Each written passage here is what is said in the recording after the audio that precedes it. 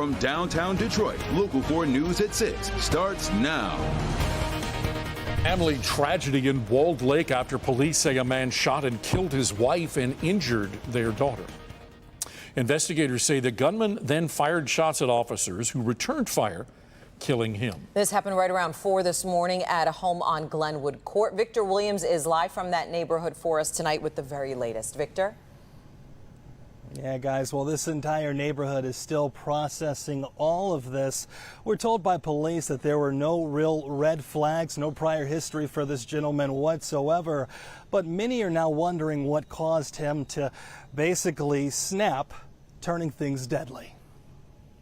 I'm surprised by it. I'm shocked by it, to be honest. Neighbors in this Walled Lake subdivision like Victoria Wittenauer and Stephen Petrus can't believe a domestic situation spun out of control so close to home.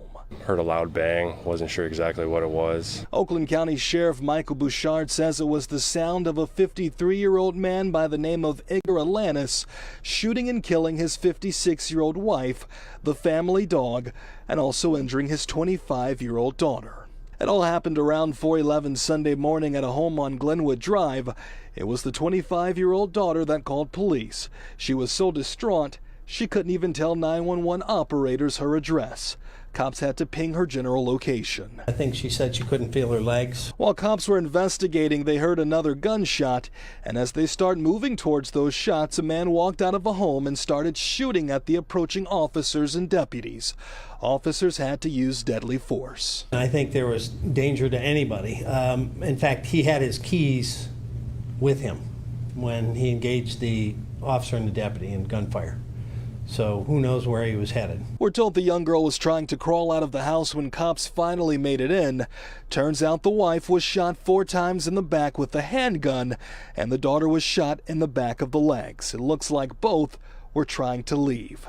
The dog, however, was shot multiple times with the shotgun. Sadly, neighbors would see that same dog being walked by the man on a regular basis. We had a fluffy white dog that we would see often, and the dog was beautiful, so that's just kind of how we knew him, the guy with the fluffy white dog. I said hello to him a couple days ago as I was doing some yard work. Got no response back from the guy. He just had his head down, so just walking his dog.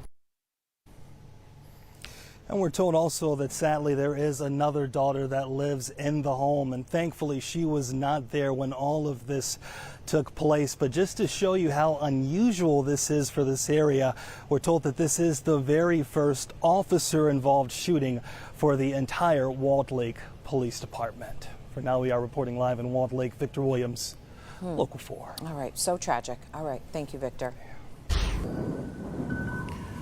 Well, splash and dash is the word of the day, I believe. It sounds like it, but that's how Brian described it earlier. Good to see you here, Brian. Good to see you too, Sandra and Rod. Good evening, everyone. Scattered showers, the rule for all of southeastern Michigan today. We'll continue that into the evening hours tonight. Exact Track 4D radar, some showers to the west of Waterford and Novi, as well as up toward Flint and Saginaw, then working down toward Adrian as well. Metro Detroit has only seen a few showers working throughout the day. That trend continues into the evening hours as well. Tower cam over downtown Detroit. We have seen a few breaks in some of that cloud cover, leading to just a little bit of sunshine as we've worked through the afternoon. Most everyone into the 70s today as well. 79 right now, City Airport, 75 Mount Clemens, 74 in Grosse Ile, 72 right now, Pontiac, 71 in Howell, and 70 as you work over into Ann Arbor.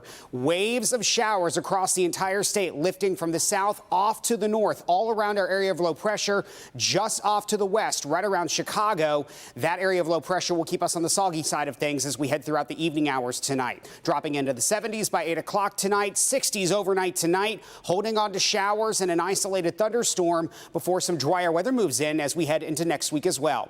I'll break down what you can expect in your complete 4-1 forecast. That's coming up in just a few minutes.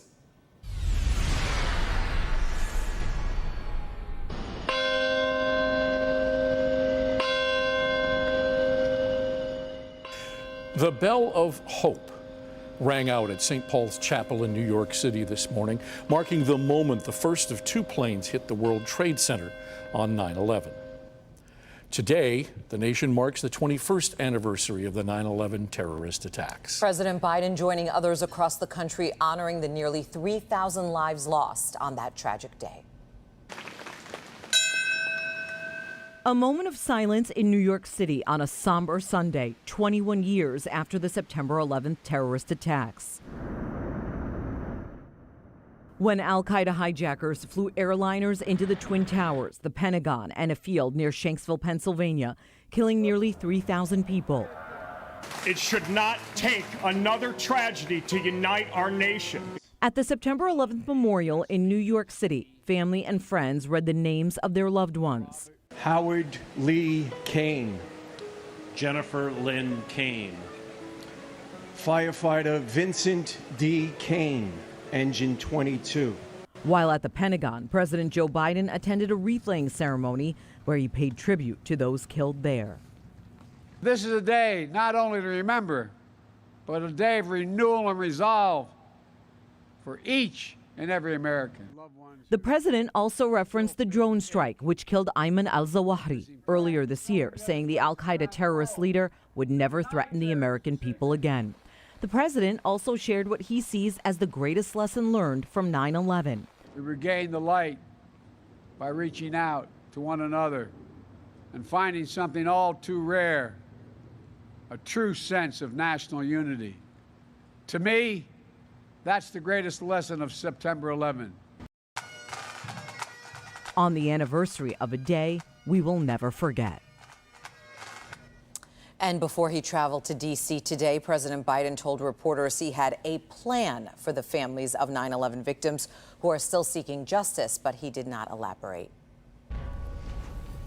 Queen Elizabeth's hearse and procession has arrived in Scotland's capital, Edinburgh.